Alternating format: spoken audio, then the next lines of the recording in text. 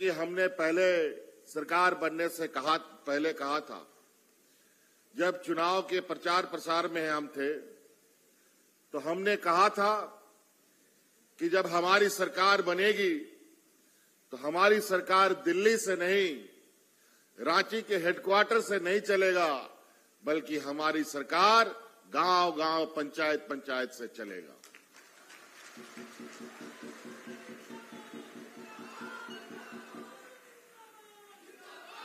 आज इसीलिए हम लोगों ने ये कार्यक्रम विगत 2021 से प्रारंभ किया।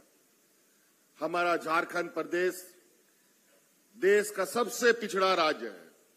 यहां गरीब गुरुआ लोगों की सबसे अधिक संख्या है। यहां मजदूर, किसान तबके के लोग अधिक हैं। 80% जो लोग हैं इस राज्य का हमारे गांव में रहने वाले लोग हैं। और आज कई ऐसे गांव हैं, कई ऐसे लोग हैं हमारे गांव में जिन्होंने कभी ब्लॉक कार्यालय नहीं देखा, कभी बीडीओ सीओ को नहीं देखा,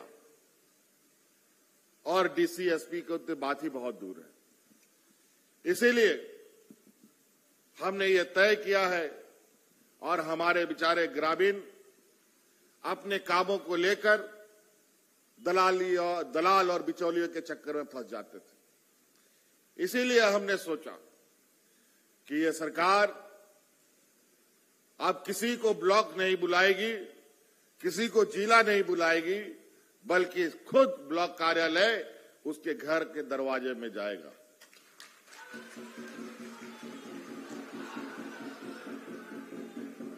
और जैसे हम लोग अभी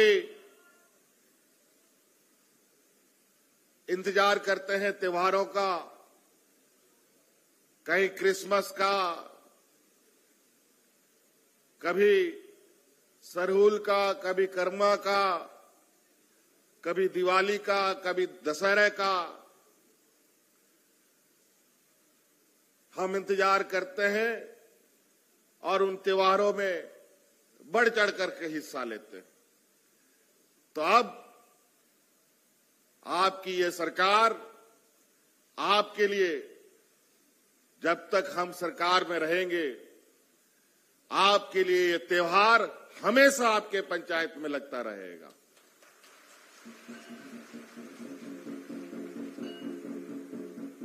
आपको सुनकर हैरानी होगा, पहला जब हम शिविर लगाए तो 35 लाख आवेदन हमको मिला। दूसरा शिविर लगाए तो लगभग 55 लाख से अधिक शिविर हमको आवेदन मिला हमें उन शिविरों से। इतना ज्यादा समस्या गांव में कैसे रह गया विगत 19-20 वर्षों में, समझ में नहीं आया। पहले चला रहे सरकारों ने क्या काम किया जो इतनी समस्याएं गांव से निकल के आई। हम लोग माथा पकड़ लिए कि इतनी समस्याओं का समाधान कैसे किया जा सकता है। सरकार कोई जादुई छड़ी लेके तो बैठती नहीं कि पलक झपकते सारा दुनिया बदल दे। और झारखंड जैसे पिछड़े राज्य, जो सबसे देश का सबसे गरीब पिछड़ा राज्य है, जिसका जन्म 2000 ईस्वी में हुआ, बेचारा 2000 ईस्वी में ये राज्य पैदा हुआ, अभी कुछ सालों के बाद ये 25 साल का हो जाएगा। 25 साल का मतलब ये युवा राज हो जाएगा। जब ये 25 साल का होगा तब इसमें ताकत इतना आ जाना चाहिए था कि राज को अपने आप चलने की क्षमता पैदा हो जाती। अपने गांव देहात, घर परिवार, राज की जिम्मेवारी अपने कंधे पर उठा सकता था।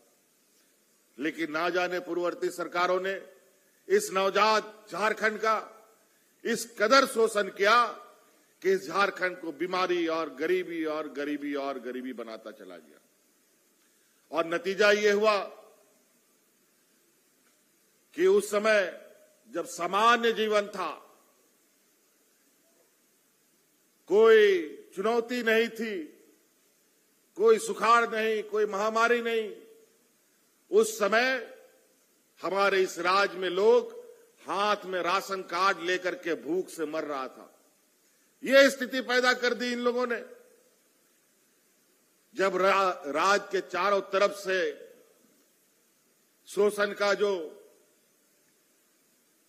दर्द का आवाज जो फूटने लगा, फिर हम लोगों ने भी इस बात से अब तय करना प्रारंभ किया कि इस वर्तमान तत्कालीन सरकार को हमें हर हाल में हटाना पड़ेगा। फिर हमने एक लंबी लड़ाई लड़ी। डबल इंजन की सरकार को हम लोगों ने हटाने का काम किया, और जैसे ही हम लोग सरकार में बने तो आपको पता होगा कि कोरोना जैसा महामारी हम लोगों को घेर लिया। और वो एक ऐसा महामारी पूरे दुनिया में छाया कि जिसका अता पता नहीं, जिसका कोई दवा दारू नहीं। और झारखंड जैसे राज्य में तो जहां अस्पताल का हालत ठीक नहीं, जहां डॉक्टरों की संख्या का अता पता नहीं, उस राज्य के लिए तो ऐसी महामारी अभिशाप के बराबर होता है। हम लोग को समझ में नहीं आया कि हम लोग करें तो क्या करें। और तो और इस बीमारू राज्य से अनेकों लोग, एक नहीं, दो नहीं, लाख नहीं, लाखों लोग, 10-15 लाख लोग दूसरे राज्य में कमाने खाने के लिए जाते थे। यहां पर रोजगार भी नहीं मिलता था। मजबूरन दूसरे राज्यों में जाकर के मजदूरी खटना पड़ता था और कमाना पड़ता था। परिवारजनों को ले जाकर के भी, कोई अकेले गया, कोई परिवार के साथ गया, और दूसरे राज्य में मजदूरी करके बेचारा जीवन काट रहा था। और अचानक उन दिनों लॉकडाउन का आदेश होता है, पूरा देश दुनिया खड़ा हो गया। हाट बाजार, गाड़ी मोटर सब बंद, मजदूरी तजदूरी सब, जो भी काम धाम था सब बंद। कोई कहीं किसी का ड्राइवरी खट रहा है तो उसको निकाल दिया, किसी के यहां कोई महिला झाड़ू पोछा लगा रहा है तो उसको निकाल दिया, कोई फैक्ट्री में लोग काम कर रहे हैं तो उनको निकाल दिया। बेचारा दूसरा प्रदेश में वो लोग रहेगा तो कहां रहेगा। चारों तरफ से ये आवाजें आने लगी कि कोई दिल्ली में, कोई बेंगलोर में, कोई केरल में, कोई 7 समुंदर पार, कोई अंडमान में मजदूर सब फंस गया है। वो घर आना चाहता है लेकिन आने का साधन नहीं। बहुत सारा लोग, किसी के पास साइकिल था तो साइकिल से चल दिया, किसी के पास रिक्शा था तो रिक्शा से चल दिया, किसी के पास मोटरसाइकिल था तो मोटरसाइकिल से चल दिया, और किसी के पास कुछ नहीं है तो वो पैदल भी चल दिया अपने घर की ओर। और उस समय इतना भयावह और डरावना स्थिति बना कि लोग सड़कों पर मरने लगे, महिलाएं बच्चों को सड़क में जन्म देने लगी। फिर अंतोगत्वा हम लोगों ने ये निर्णय लिया कि अपने मजदूर भाइयों को, झारखंडी भाइयों को हम लोग ऐसे अकेला नहीं छोड़ सकते। तो हम लोगों ने एड़ी चोटी एक किया, भारत सरकार से हम लोगों ने परमिशन लिया कि हमें अपने मजदूरों को लाने का परमिशन दो, नहीं तो हम अन्यथा किसी भी तरीके से अपने मजदूरों को लाने पर मजबूर होंगे। तब जाकर के हवाई जहाज से, ट्रेन से, बस से, जीप से लाद लाद के मजदूरों को हम लोगों ने घर पहुंचाने का काम किया। और तो और इतनी बड़ी महामारी में भी, जब पूर्व की सरकार में लोग, जब कोई जीवन सामान्य था उसमें लोग भूख से मरे, लेकिन इतना बड़ा महामारी हुआ, अगल बगल राज्य में जानवरों की तरह लोग मरने लगे, लेकिन हमने अपने राज्य में एक भी मजदूरों को, एक भी लोगों को भूख से मरने नहीं दिया। और वो इसलिए नहीं हुआ क्योंकि दिन रात सरकार की नजरें पूरे राज्य के गांव, पंचायत, टोलों में रहता था। हमारा मंत्री विधायक लोग इधर उधर लोगों के बीच में रहता था, और नतीजा ये हुआ, इस कोरोना में इस राज्य की जनता को तो हम लोगों ने बचा लिया, लेकिन इस दौरान हमारे 2-2 मंत्री बेचारे मारे गए। कोरोना ने उनको निगल लिया। एक हाजी हुसैन अंसारी साहब और एक हमारे टाइगर जगन्नाथ महतो जी। खैर कोई बात नहीं, फिर भी हम लोगों ने हार नहीं मानी। ये कोरोना का धुंध बादल हटा, जैसे बादल हटा हम लोगों का सरकार का बनाया योजना आपके दरवाजे में पहुंचकर आपको खटखटाकर आपके लिए समस्याओं का समाधान में जुट गया।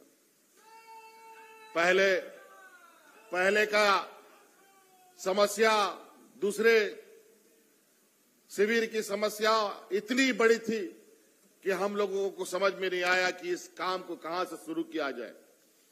तो हम लोगों ने सिलसिलेवार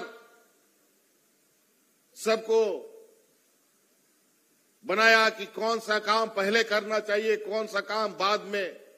1, 2, 3, 4, 5 करके लंबा फहरिस्त बना हुआ है। अभी भी एक एक करके हम लोग समस्या को समाधान कर रहे हैं। और पहला शिविर का परिणाम यह हुआ जहां हमारे बूढ़े बुजुर्ग लोग जो इस राज्य के लिए लड़ते मरते रहे, इस राज्य को अलग करने में अपनी बड़ी बड़ी लंबी आंदोलन में जुटे रहे, आज बुजुर्ग अवस्था में अपना 2 वक्त के अनाज के लिए इधर उधर, कोई राशन कार्ड बनाने के लिए भटक रहा है, कोई पेंशन के लिए भटक रहा है। 80-90 साल हुआ, ना राशन मिला ना पेंशन मिला। हमने नियम बना दिया कि अब इस राज्य का जितना भी 60 साल का बुजुर्ग है, सभी बुजुर्गों को हम पेंशन देंगे। उसके लिए कोई आधार कार्ड का जरूरत नहीं। आज आप लोग गांव में टॉर्च लगा करके भी 60 साल से अधिक बुजुर्गों को, महिला हो पुरुष हो, आप खोजिएगा तो बिना पेंशन का नहीं मिलेगा। पहले दलालों का चक्कर और कई सारे हुज्जतों के बाद भी पेंशन नहीं मिलता था। वही हाल हमारी विधवा महिलाओं का था। आज जिस तरीके से हम लोगों ने उनको सहारा देने का प्रयास किया है, क्या पहले गांव में 1, 2, 3 महिलाओं को वृद्धा पेंशन मिलता था। 40 साल 50 साल होने के बाद पेंशन मिलता था। भगवान ना करे कोई विधवा महिलाएं हो, लेकिन कुदरत कभी भी कोई किसी के साथ घटना कर सकता है।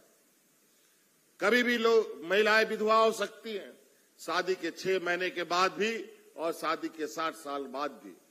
तो हमने ये निर्णय लिया कि इस राज्य में शादी होने के बाद जिस दिन भी विधवा होगी महिला, उसी दिन से उसको पेंशन देने का काम किया जाएगा। चाहे वो 18 साल का हो, चाहे वो 18 साल की महिला हो, चाहे वो 88 साल की महिला हो, सभी को पेंशन। विकलांगों का भी वही हाल। अब सभी विकलांगों को पेंशन हम लोगों ने देने का कानून बनाया। ये पहला पड़ाव। उसके बाद गरीबी इस राज्य में इतना अधिक है कि घर में 3-4 बच्चे हैं, अगर उसमें 2 बेटी है तो माँ बाप लोग 7वां 8वां पास करता नहीं है हमारी बच्चियां, उसके लिए दूल्हा ढूंढने लगता है। बड़ा अजीब हालत है। और करेगा भी क्या बेचारा वो बूढ़ा माँ बाप, गरीब माँ बाप। वो सोचता है कि चलो शादी ब्याह करके छुट्टी कर ले। तो हम उन माँ बाप से रिक्वेस्ट करेंगे, हाथ जोड़कर प्रार्थना करते हैं कि बेटियां आप बोझ नहीं बनेगी। हमने शुरू कर दी है इनके लिए कार्य योजना तैयार। इसका पहला पड़ाव सावित्रीबाई फूले योजना हमने बच्चियों के लिए लाया है।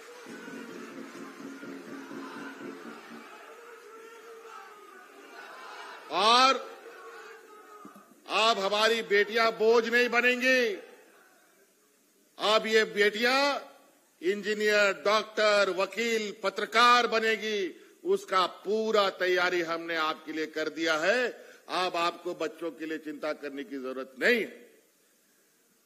अभी हम लोगों ने 2 बेटियों के लिए सावित्रीबाई फूले योजना चलाया था, लेकिन हमने जब बाद में अभी लगभग 5-6 हजार और शिविरें लगनी है अलग अलग पंचायतों में। हम तो 18-19 जगह ही मात्र जा सके। अभी तो और लगेंगे। 29 तारीख तक ये चलेगा। और ये जो सावित्रीबाई फुले योजना है, अब हमने इसमें संशोधन किया है। अगर घर में 3 बेटी भी है, 4 बेटी भी है, 5 बेटी भी है, तो सभी बेटियों को सावित्रीबाई फुले योजना देंगे। और जब ये 10वां, 11वां, 12वां में जाएगी तो उसमें गुरुजी क्रेडिट कार्ड भी इनको देंगे। और गुरुजी क्रेडिट कार्ड के माध्यम से आपको पता है कि डॉक्टर, इंजीनियर पढ़ाने के लिए कितना खर्चा होता है। कहीं 5 लाख, कहीं 7 लाख, कहीं 4 लाख, कहीं 10 लाख, कहीं 15 लाख।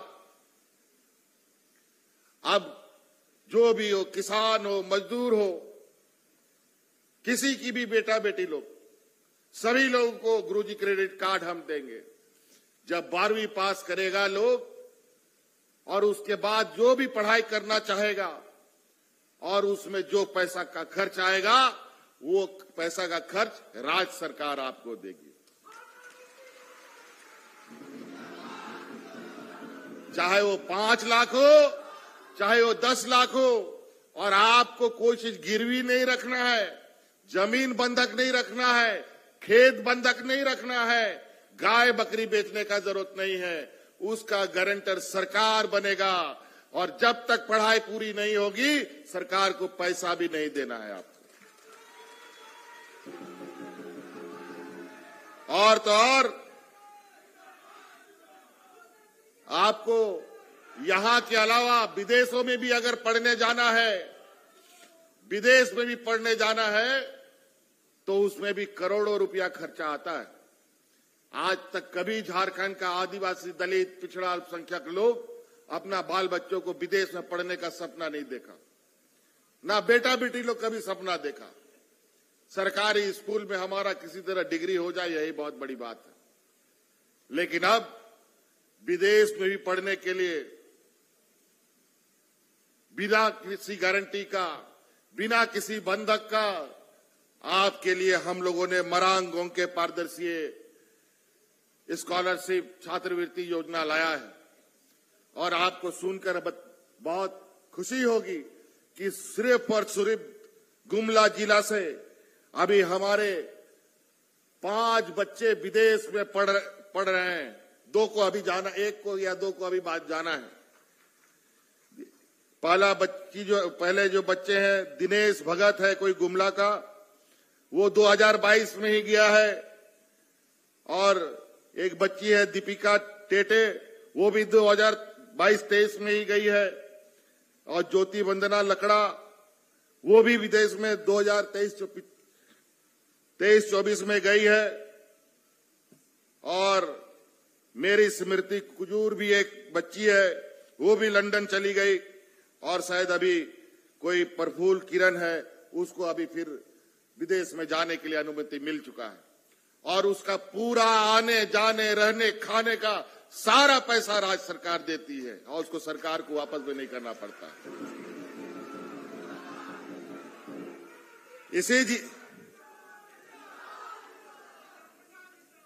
इसी जिला से आपके इतने बच्चे जा चुके हैं। 50 से अधिक बच्चे हमारे विदेश में जाकर के शिक्षा ग्रहण कर रहे हैं।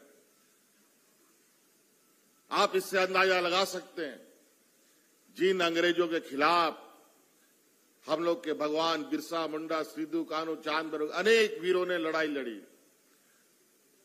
जो अंग्रेज हमारे आदिवासी भाइयों का शोषण करते थे, उनको बैठने के लिए कुर्सी नहीं देता था, जमीन में बैठाता था। आज उन्हीं अंग्रेजों के बगल में हमारा आदिवासी बच्चा उसके साथ आज शिक्षा ग्रहण कर रहा है।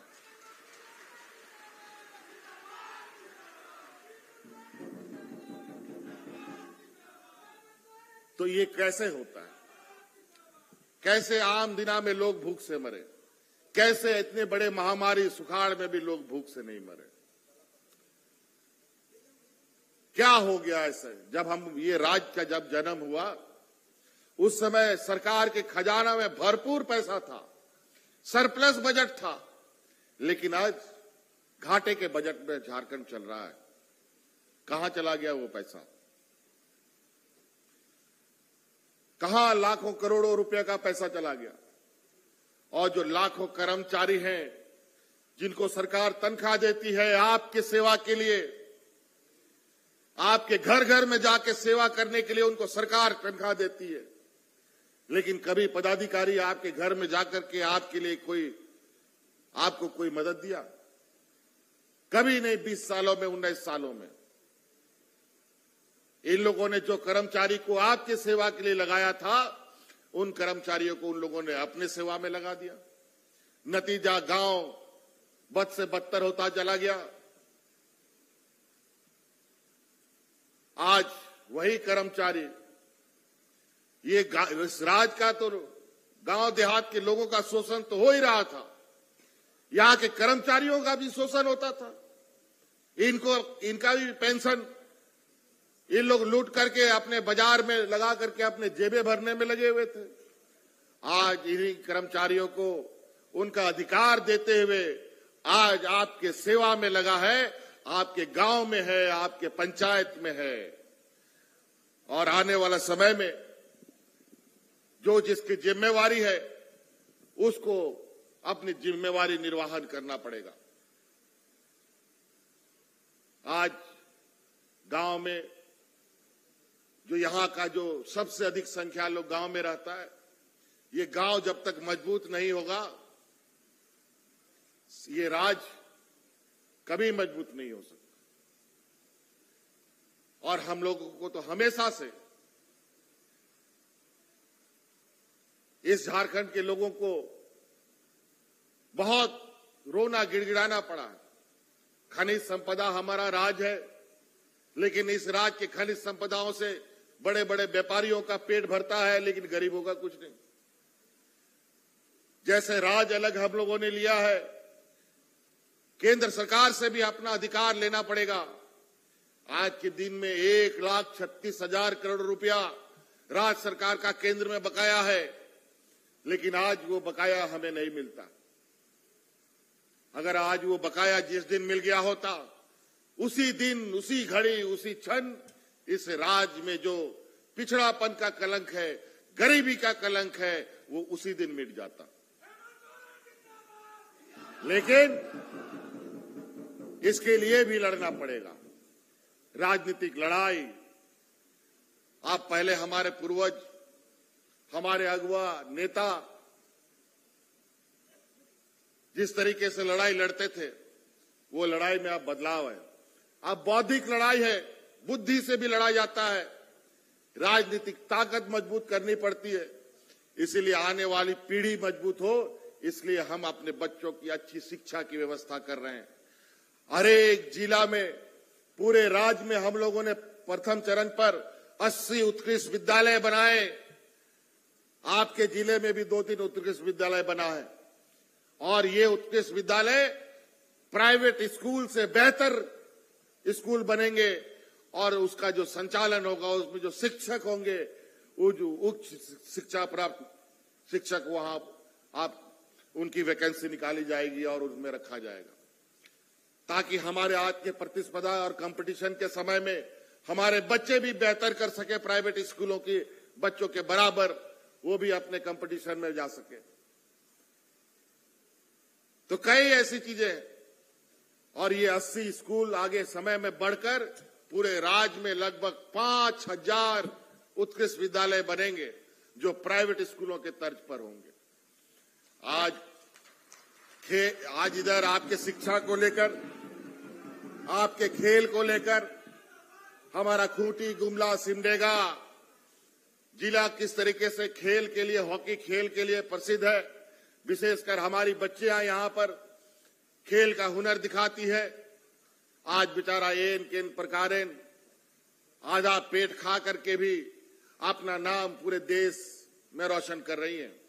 आज खेल के लिए हम लोगों ने नई नीति बनाई है। आज पूरे गुमला, सिमडेगा, लोहरदगा चारों तरफ एस्ट्रोटर्फ के बड़े बड़े मैदान बनाए हैं। आज पहली बार पूरे देश में हम लोगों ने झारखंड जैसा पिछड़ा राज्य में एशियन हॉकी चैंपियनशिप कराया, जहां 8 देश की महिला हॉकी यहां खिलाड़ी आए और 10 दिनों तक उन लोगों ने यहां पर खेल का प्रदर्शन किया। और खुशी की बात है कि जो भारत का जो महिला हॉकी टीम है, जिसमें सबसे अधिक हमारे झारखंड की बच्चियां हैं, और वो महिला हॉकी टीम 10 दिन खेली और 10 दिन जीत की परचम लहराने का काम किया। आज खेल के माध्यम से भी हम अपने बच्चियों के लिए जो नीति निर्धारण कर रहे हैं, आने वाले समय में भी उन लोग को आर्थिक सहायता भी देंगे और सरकार की नियुक्ति में भी उनकी भागीदारी सुनिश्चित करेंगे। इसलिए इस माध्यम से भी हमारे बच्चे आगे जा सकते हैं। आज गांव-गांव में किसानों के लिए बिरसा हरित ग्राम योजना हम लोग लेके आए हैं, पशुधन योजना लेके आए हैं, दीदी बाड़ी योजना लेके आए हैं, JSLPS के माध्यम से कई योजनाएं, कई संपत्तियां बांटी जा रही है महिलाओं को सशक्तिकरण के लिए। और जो कम पढ़े लिखे नौजवान हैं, जो नहीं पढ़े लिखे हैं, उनके लिए भी स्वरोजगार, मुख्यमंत्री स्वरोजगार योजना हम लोग लेके आए, रोजगार सृजन योजना लेके आए।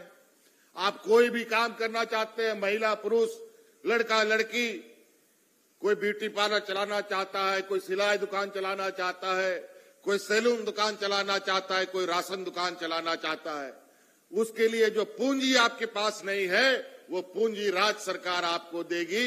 इसके लिए आप अपना आवेदन दें ताकि आप स्वरोजगार के माध्यम से भी अपने पैरों पर खड़ा हो सके और घर पर परिवार को चला सके। और जैसे कि श्रम मंत्री जी ने कहा, हमारे बड़े पैमाने पर लोग मजदूर किस्म के हैं, उन सबको हम कहना चाहेंगे, आने वाला समय बहुत बदलाव का समय है, मशीनी युग है। आपके हाथ में हुनर नहीं होगा तो मजदूरी भी आने वाला समय में नहीं मिलेगा। इसलिए जो प्रशिक्षण केंद्र पहले जिला स्तर में था, उन प्रशिक्षण केंद्र को हम लोगों ने प्रखंड स्तर में कर दिया है। आप श्रम विभाग में पंजीकृत कराइए और हुनरमंद बनिए। आज के समय में चाहे वो घर का पेंटिंग करना हो, घर में बिजली का काम करना हो, चाहे प्लम्बर का काम करना हो सकता है कि आने वाला समय में ईंटा जुड़ाई करने का काम हो, उसमें भी अगर आपको तकनीकी शिक्षा प्राप्त नहीं है तो न काम भी नहीं मिलेगा। इसीलिए आप तकनीकी से भी जोड़िए, क्योंकि आने वाला समय नहीं तो आपकी जगह मशीन लेने लगेगा। आज मशीन का सहारा बड़े पैमाने पे उद्योग घराना ले रहे हैं। लोगों से कम, मशीन से ज्यादा, सब ऑटोमेटिक आज के दिन में चलता है।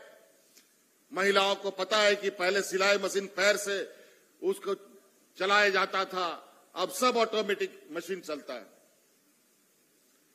तो इसलिए आप लोग भी इस प्रशिक्षण केंद्रों में जाकर के पंजीकृत कराएं, तभी आपको ये मिलेगा जो हर दिन दिहाड़ी मिलता है, वो उसके हिसाब से भी मिलेगा। कई लोग दूसरे राज्यों में किसी का गाड़ी चलाते हैं, जिलों में जाकर के किसी का गाड़ी चलाते हैं और महीना तनख्वाह लेने का काम करते हैं। कितना तनख्वाह मिलता है आपको पता है, कितना ड्यूटी करते हैं वो आपको पता है। इसलिए आज हमने ये भी योजना लाया है कि आप दूसरा का ड्राइवरी क्यों खटिएगा, आप अपना खुद गाड़ी का मालिक बनिए। मुख्यमंत्री रोजगार सृजन योजना के माध्यम से बिना किसी गारंटर का आप अपना गाड़ी बना लीजिए, चाहे आप बोलेरो खरीदिए, चाहे आप स्कॉर्पियो खरीदिए। तो कई सारी चीजें हैं। समय के अभाव में हम अभी बहुत बातें नहीं कहना चाहेंगे। अभी यहाँ स्टॉल लगा हुआ है बहुत सारा, सभी योजनाओं का स्टॉल जो सरकार विशुद्ध रूप से लोग जो खाना खाते हैं, चाहे वो शाकाहारी हो चाहे मांसाहारी हो। आज अगर कोई यहाँ पर दूसरे राज्यों से मछली आकर के बेचता है, दूसरे राज्यों से यहाँ बकरियां आती है और उसका मीट काट करके लोग खरीद के घर ले जाते हैं, अंडा दूसरे राज्यों से आता है, कई सारी चीजें। अगर यही काम हमारे गांव के लोग करें तो जो पैसा दूसरे राज्यों में जाता है वो पैसा दूसरे राज्य में क्यों जाएगा, वो पैसा हमारे गांव में क्यों नहीं जाएगा। इसीलिए आप पशुधन योजना के माध्यम से मुर्गी पालन, बकरी पालन, गाय पालन, सुअर पालन वगैरह भी कर सकते हैं। और पहले की सरकारों ने, आज हम देखते हैं गांव में जानवरों की बहुत अभाव रहती है। हमको समझ में नहीं आया कि ये क्या होने लगा। हमारे पूर्वज तो जानवर भर भर के रखते थे, गांव में गाय, बकरी, मुर्गी सब रहता था, लेकिन अब कहां चला गया। धीरे धीरे वो सारे खत्म हो गए। और हमारे पूर्ववर्ती सरकारों ने जानवर देने का जो योजना बनाया था, उसमें बीमार जानवर देते थे। जो जानवर किसान को मिला 2 महीना, 3 महीना, 6 महीना या हफ्ता दिन में मर जाता था सब। और बेचारा उतना दिन मेहनत करके किसान जब जानवर मर जाता है तो फिर हिम्मत नहीं कर पाता है। इसलिए इस बार हम लोगों ने उस योजना को ऐसा बनाया है कि आपको उसमें निराश होने का जरूरत नहीं है। अब जो भी जानवर आपको मिलेगा, गाय, बकरी, सुअर, मुर्गी, सभी जानवर आपको बीमाकृत मिलेगा। गलती से कोई बीमारी से मर गया तो उसका पूरा पैसा बीमा कंपनी आपको देगा।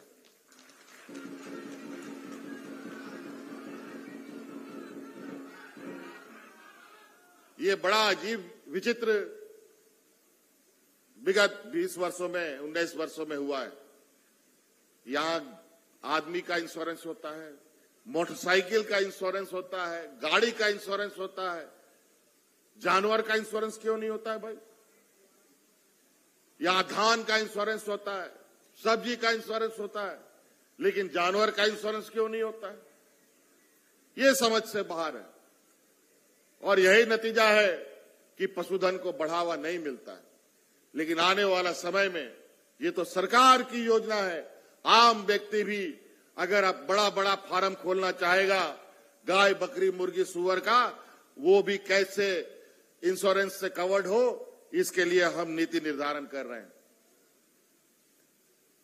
और हमारे विपक्ष के साथियों को हम लोग जो काम कर रहे हैं उनको दिखाई नहीं दे रहा है। आज हम लोग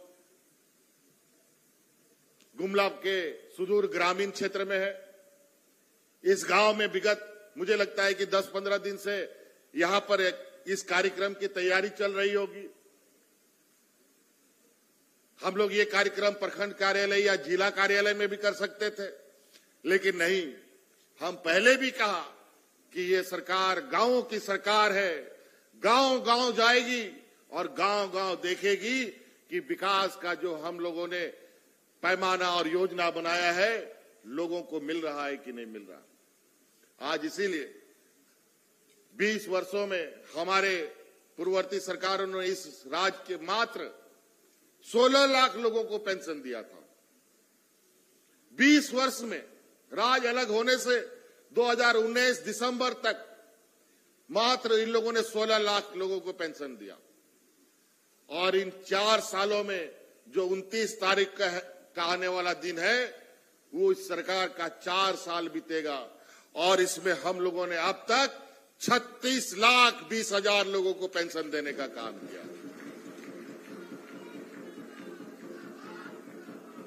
और तो और इस जिला भ्रमण के दौरान हमको तो कई जिला में बड़ा अजीब सा चीज देखने को मिला। नाम याद नहीं आ रहा है लोगों का। पलामू, गढ़वा और कई राज्यों में, कई जिलों में कि पिताजी अगर 90 साल का है तो पिताजी को भी पेंशन मिलता है। मां अगर 70 साल की है तो मां को भी पेंशन मिलता है। और बेटा अगर 60 साल का है तो उसको भी पेंशन मिलता है। 3-3 पेंशन घर में मिल रहा है। और तो और अगर उस बेटा का अगर बेटी है तो उसको भी सावित्रीबाई फुले योजना मिलता है।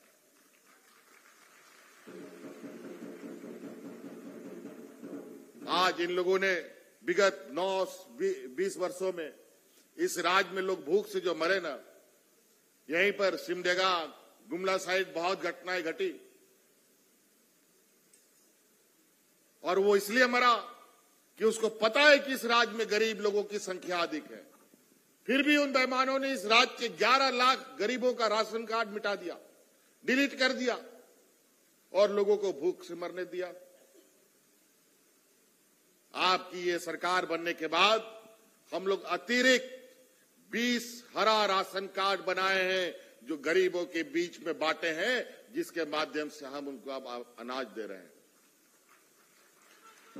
अतिरिक्त 20 लाख आवास को लेकर बहुत छीना झपटी केंद्र सरकार और राज्य सरकार के बीच में हुआ। हम लोगों ने केंद्र सरकार से बहुत गुहार लगाया, हाथ पैर जोड़ा कि हमारे गांव में, हमारे देहात में, हमारे झारखंड में बहुत गरीब लोग हैं, अभी तक उनको सबको हम आवास नहीं दे पाए हैं। इस आवास के लिए हमें आर्थिक सहायता और हमारा आवास सैंक्शन किया जाए। लेकिन नहीं, महीनों तक हम लोग नाक रगड़ते रहे, लेकिन इन लोगों ने आवास नहीं दिया। लेकिन यहां आज के दिन में भी गरीब इतने गरीब हैं यहां पर कि आवास सही नहीं होने से अलग अलग बीमारियों से ग्रसित हो रहे हैं। कई आदिम जनजातियों को ऐसी ऐसी बीमारियां हो रही हैं जो बीमारी सिर्फ गरीबों को होती है, अमीरों को नहीं होता है। कालाजार, मलेरिया जैसी बीमारी, क्योंकि उसका घर नहीं है, टूटा फूटा घर है, गंदा कचरा जैसा घर है, और वहीं ये बीमारी आता है। तो हमने कहा कि ऐसे लोगों को हम मरने नहीं देंगे। तो हमने ये निर्णय लिया कि इस राज्य का हर गरीब को अब केंद्र सरकार से बेहतर आवास देंगे, जिसका नाम हम लोगों ने अबुआ आवास रखा है।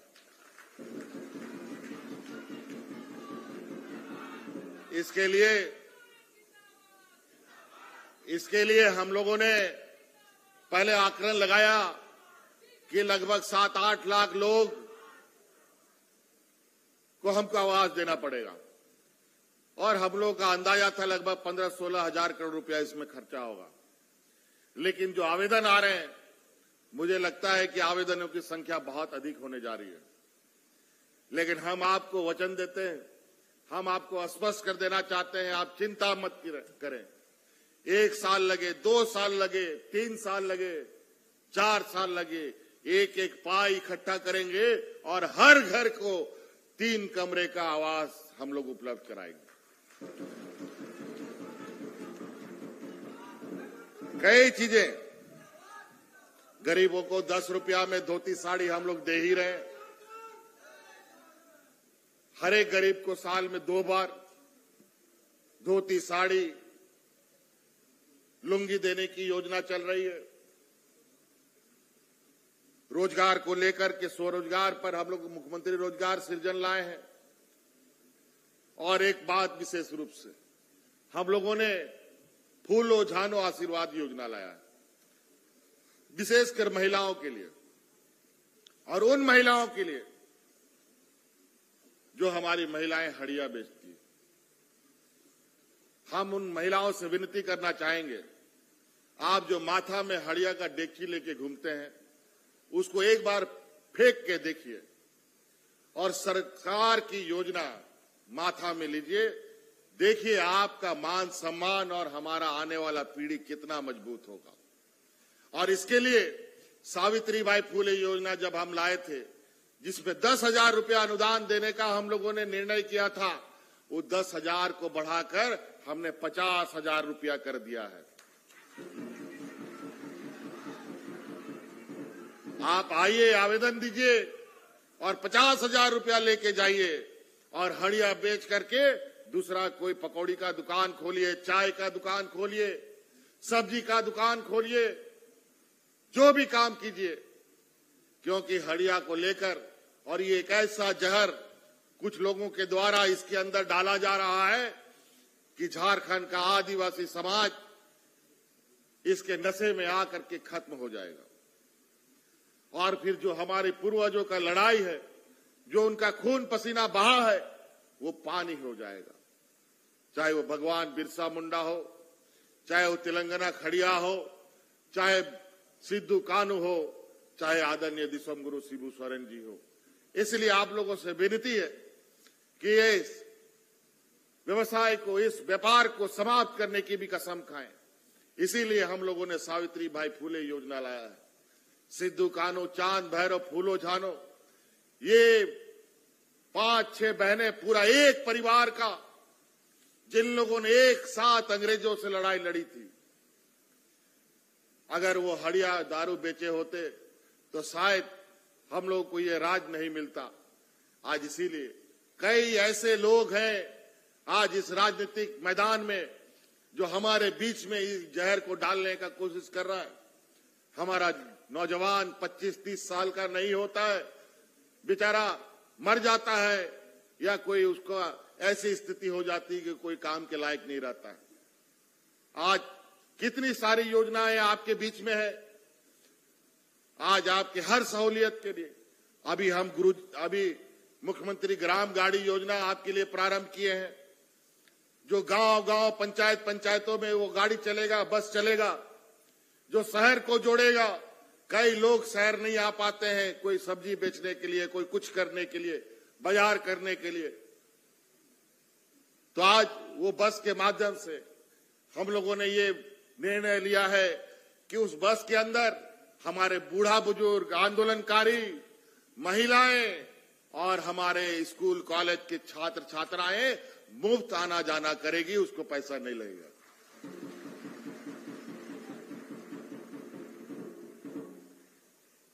तो बहुत सारी क्षेत्र हैं आपके यहां। हम लोगों ने सभी लोगों को बिजली 100 यूनिट फ्री देने का भी काम किया है। इसका भी आप लोगों को बिजली का बिल भी देने का बकाया की आवश्यकता, बिजली का बिल देने की भी जरूरत नहीं है। पहले दौड़ा बहुत आया था आप लोग का, उसमें इंटरेस्ट भी लगता था, इंटरेस्ट भी हम लोगों ने माफ कर दिया। और आज के दिन में गांव देहात में बिजली दिन ब दिन सुधर रहा है। कई कारणों से हम लोगों का बिजली की व्यवस्था ठीक नहीं थी, अब लगातार इसमें सुधार हो रहा है। आने वाले 6 महीने साल भर के अंदर अब कभी बिजली ना कटे, इसकी पूरी तैयारी हो रही है। और हमारे बच्चे जो दिया डिबरी लगा के पढ़ते हैं, उन सबको बहुत ज्यादा दिक्कत होने की आवश्यकता नहीं। हमारी यहाँ कई बच्चियां कल्याण विभाग के हॉस्टलों में आके पढ़ते हैं, हमारे छात्र छात्राएं। कल्याण विभाग के इस राज्य में हजारों छात्रावास बने, लेकिन वो एक बार बनने के बाद कभी भी चुना पुचोड़ा नहीं हुआ। लेकिन हमने ये निर्णय लिया कि अब इस राज्य का सभी वो छात्रावास को फिर से जीर्णोद्धार किया जाएगा, उसका हर चीज दुरुस्त किया जाएगा। और आने वाला समय में जो अभी आपको खाने के लिए दिक्कत होता है, घर घर से आपको दाल चावल लाना पड़ता है, इसकी भी जरूरत नहीं पड़ेगी। अब सरकार वहां रसोइया भी रखेगा, आपका चौकीदार भी रखेगा और आपके लिए खाने का अनाज का भी व्यवस्था करेगा।